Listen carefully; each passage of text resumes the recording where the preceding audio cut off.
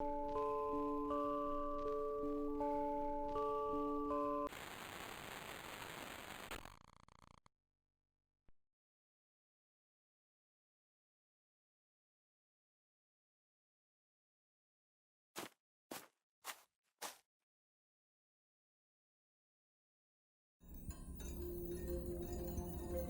love hearing stories of people's scary experiences. I love terrifying experiences. I love creepy, impossible, unreal stories. I always have. I feel like there was a reason I started to like these terrifying experiences when I was a child, but I've forgotten what it was. I love fear. The type that gives you chills, makes your skin feel prickly, that feels like a finger running down your spine. I love fictional, made-up scary stories that I can enjoy from a safe place. Every day is more of the same thing. Wake up, go through the same motions, go to bed. A daily life that never changes is dull.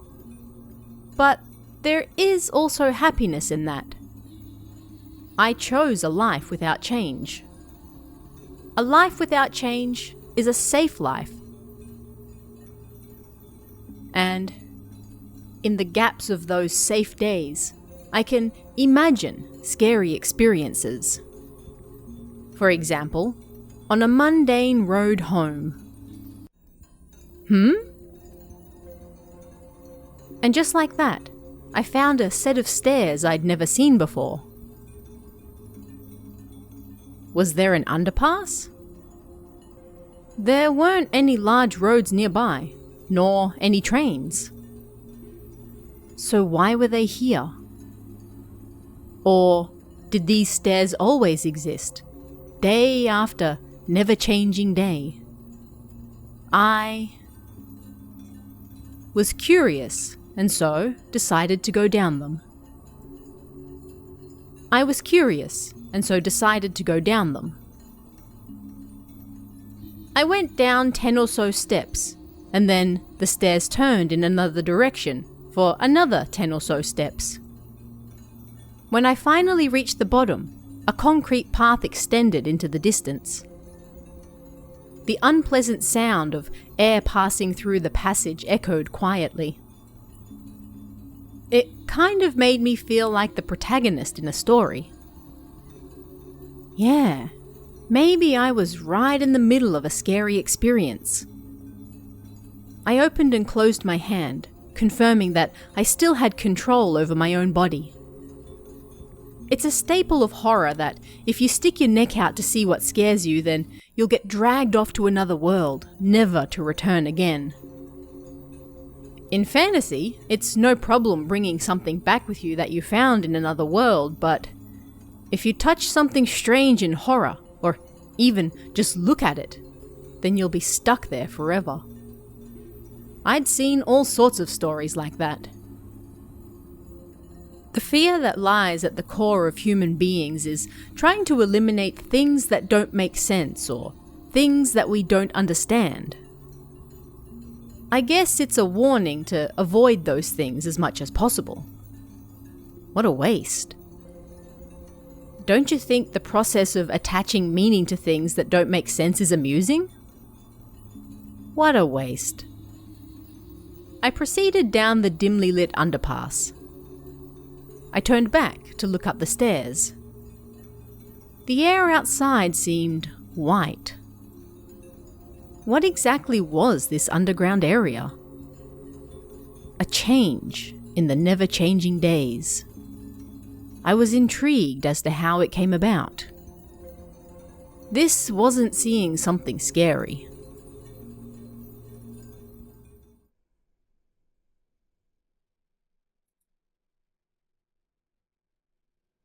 There was a small opening at the end of the path. It was like a small hole, and it was brighter than the path. The walls were made of smooth, bare concrete. Even though I could see well, it seemed to sparkle and flicker somewhat. Was the fluorescent light old, perhaps? I looked around the small hole, but there was nothing there.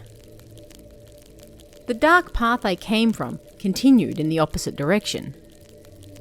The layout seemed kind of like a stomach. There was nothing on the walls. I wanted to see if there was anything at the end of the path.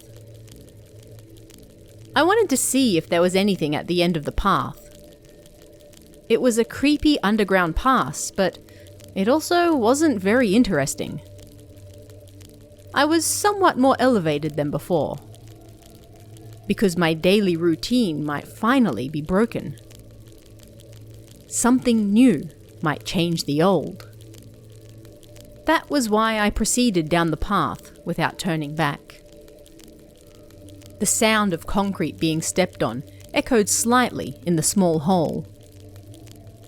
Both the air and sound were muffled. My closed fist grew sweaty in the slightly chilly air. There was nothing. Still nothing.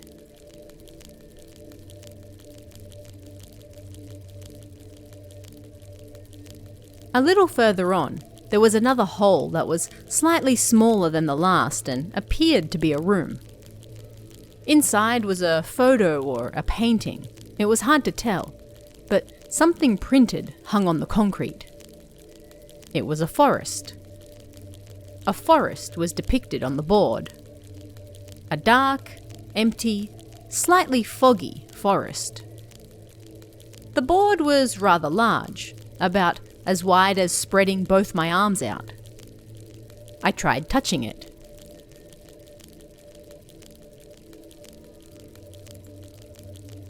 It wasn't like anything happened. The picture's surface was smooth and dry. At art exhibits and such, you weren't supposed to touch displays like this, right? I didn't know the slightest thing about art. It had been left here unattended. It wasn't like there was anyone here to get angry about it. And not like there was a guard on watch. I stepped back and put some distance between myself and the picture of the forest. It was quiet and beautiful, but that alone didn't make me feel afraid. If there had been something ominous, like maybe some rope hanging from above, then... Or perhaps human arms growing like branches. If something unbelievable existed within the picture, then my impression of it would no doubt be different. But it was an otherwise unremarkable sight. Unless I was missing something, there was nothing strange about it. The path continued on past the room. I decided to continue down it a little further.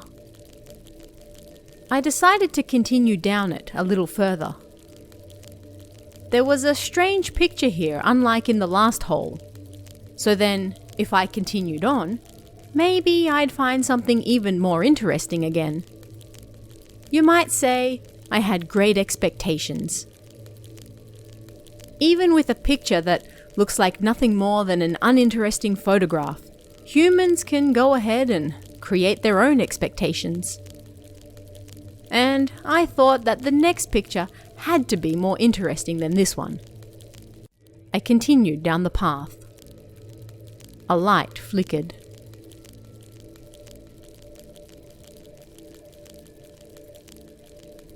As I continued, on the left-hand side, I found a small picture that looked small enough to hold in one hand. It looked like a woman. No, maybe a man. It was a picture of a person I couldn't say much about one way or the other. On the right-hand side of the path, opposite the picture, there was nothing. I approached the picture again and caressed the person's cheek. For a moment it seemed like something flashed, and I looked around. Then I turned around. The picture of the person projected on the previously blank wall behind me. Several of the same face overlapped, and then they disappeared. I touched the cheek of the small picture like I had just done over and over again, but nothing appeared on the right-hand side wall. Why not? It was impressive. The eyes, in particular. Simply looking at the picture didn't leave much of an impression, but when I looked at the illuminated face, the eyes were all I could see. It was a strange sensation. I wanted to experience it again, but the light never appeared again. There was nothing else I could do, so I kept going.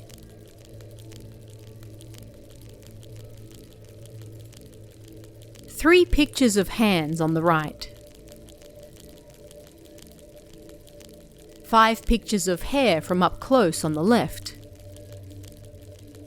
Looking at the pictures of the hands, something felt odd about them. What was it? I didn't know what was causing the strange feeling. They seemed so strangely familiar. Why? I knew those hands. I knew them, and yet I couldn't remember who they belonged to. The memories were hazy, and I didn't like it. Strangely, I realized the pictures of the hair belonged to a person right away. It was that woman from before. I knew that much. I knew that much. I proceeded down the path. I couldn't go back, so I could only go forward.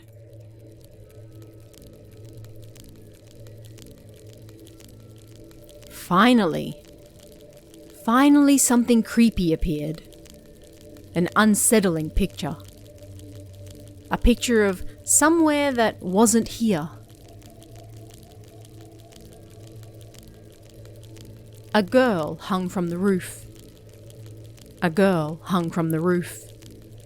A girl hung from the roof. On the opposite side, there was a picture of beauty gone wrong, and a creepy yet beautiful picture as well. Something ugly and indescribable, like maggots poured out from inside the body. I didn't exactly feel like touching that one.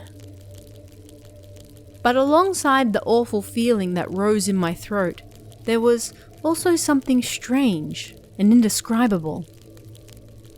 Staring straight at it, it wasn't very scary, because it was so distanced from reality. I'd never seen anything like that before. I'd never seen anything like this before. I saw it just now.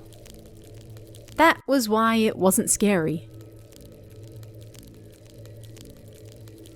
The other picture was extremely beautiful. The face and hand were full of holes. Looking at it calmly, countless hands were touching the person.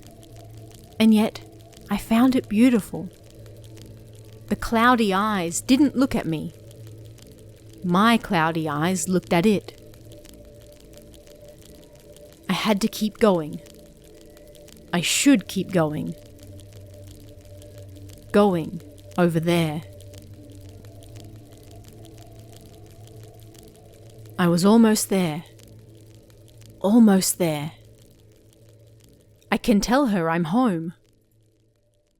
You're not going to get away, and you took advantage of the flickering lights to deny me before, didn't you? Don't deny me. Don't deny me. Don't deny me. The footsteps were so far away. I grew more and more excited. Why wouldn't I? You're different. I chose because I couldn't. And that's why I can tell her I'm home today. I would tell her for the umpteenth time. I hurried along the path. Why? Yeah, the first time I came here, I stopped being myself and marveled at the beauty of the world. I understood everything. This place is amazing. My hands understood that perfectly. So please, let me go. Please talk to me. You should know about it. That's why I'm here.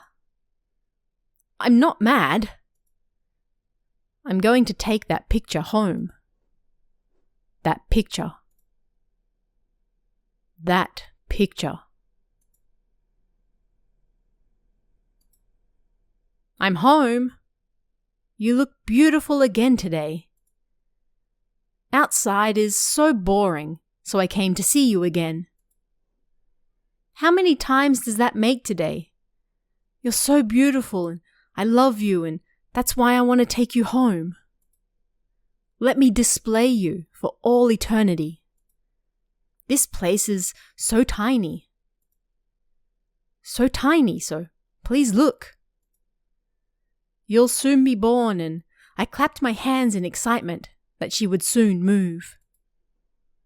My hands laughed and shook by my ears as they clapped. Please look. Please look. Everyone's looking at you.